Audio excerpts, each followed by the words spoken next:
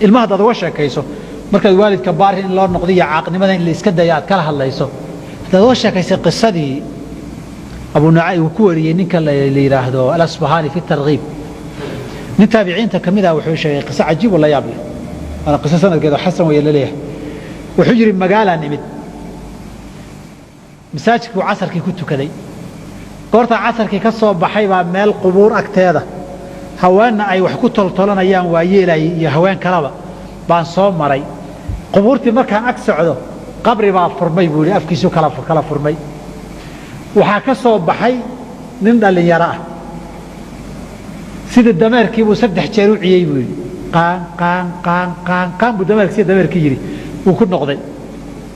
anigii wuxuu yiri safar baan ahay yaa baal ii keenay war qofkan qabriga madaxa kala soo baxay dameerkii tuuciyay isaga noqday qabriga muxuu ahaa islaam baanu ag taagan ba waxaan idinaa waxan muxuu ahaa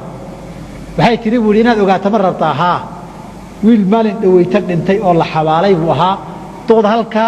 waayeelka wax ku tolanaysaa hooyadii ah orad u tago yada weydii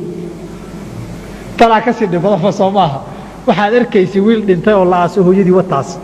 wixii hooyadii baanu imid waxaa iri buu qisadan wiilkan aad dhashaa la yiri iiga sheekay waxay tiri buu yiri wiilkaygu salaada ma tukan jirin khamrigana wuu cabi jiray maalin kasta waxaan dhihi jiray hooyo khamriga iska daa salaadana tuko wuxuu dhihi jiray bay tiri orday habar yahay naga tag sida dameerihii baad qaan leedahay maalinkuu dhintay galab buu dhintoo la aasay galab kasta intuu soo baxo buu sida dameerkii qaan u dhahay way hooyadii markay khayrka u yeerto buu wuxuu dhihi jiray sida dameerkii baad qaan leedahay dhaaf qadadani waxay tilmaamaysaa ninkii hooyadii ereyga kula hadli jiray markuu dhintay isaga maalin kasta qabriga madaxa ka soo bixin sida dameerkii u ceeyay qisadaas raad bay kaga tagaysaa